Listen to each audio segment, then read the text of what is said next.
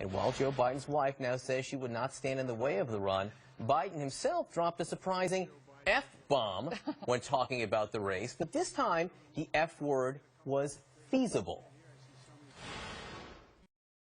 Not quite there yet, and it may not get there in time to make it feasible to be able to run and succeed, because there are certain windows that will close. But if that's it, that's it.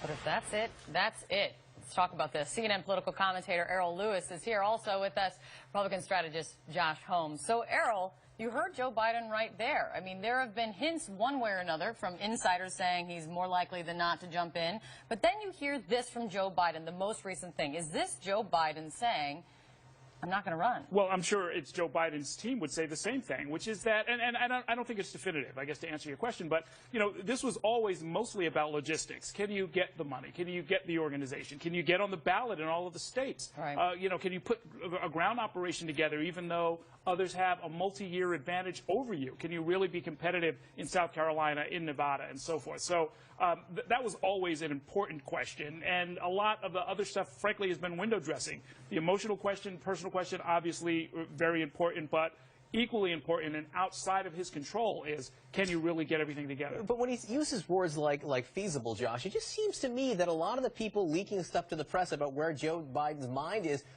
they're further along than Joe Biden is. Every time he actually speaks at length, he seems to be saying, whoa, hold on there. No, I think that's right.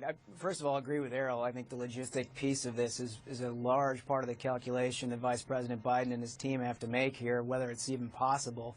But I do think it's largely reflective of where the Democratic primary electorate is right now. They're not totally comfortable with their choices. And somebody like Joe Biden, who has been very captivating to voters in the past, is looming large. And the decision that he's not quite comfortable making quite yet could have a huge impact on ultimately where they land.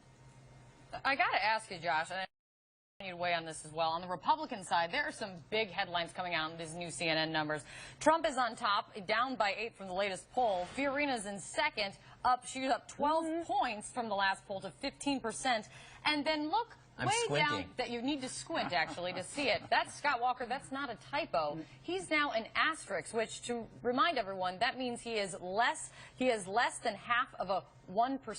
It's not even hard for me to say because it's so tough to get there. Josh, what happened to Scott Walker?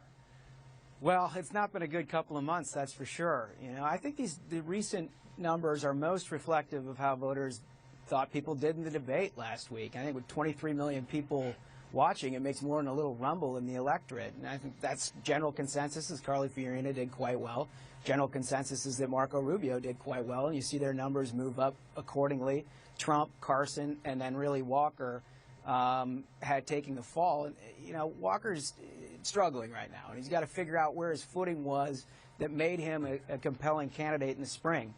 The body language at the debate, we were out there in California, the body language among the Walker people, not good, to say the least. They look scared at this point. You know, Errol, is there any hope to turn it around? And I suppose this is a lesson. I mean, you know, at these debates, you can't wait for the questions. Well, there's certainly that. The theatrics of it, he certainly got outmaneuvered by everybody else on the stage. But I think there's a deeper policy question here because Scott Walker, you know, what was his big economic plan that he released right before the debate? He wants to eliminate the National Labor Relations Board.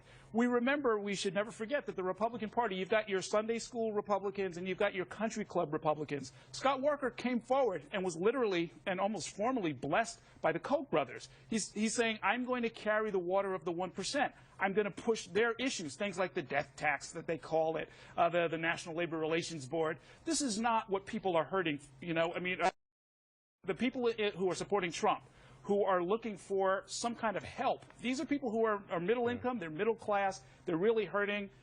The Walker message is not going to resonate with them, and that's at least part of why he has faded away in the polls. We'll see, though. There's still time, but we'll see. That asterisk at this point, when you've been on the main stage, I don't think is very good news. And remember, we learned, you know, the Republican Party is not going to have, you know, an undercard undercard debate, and they may limit the numbers. So next time around.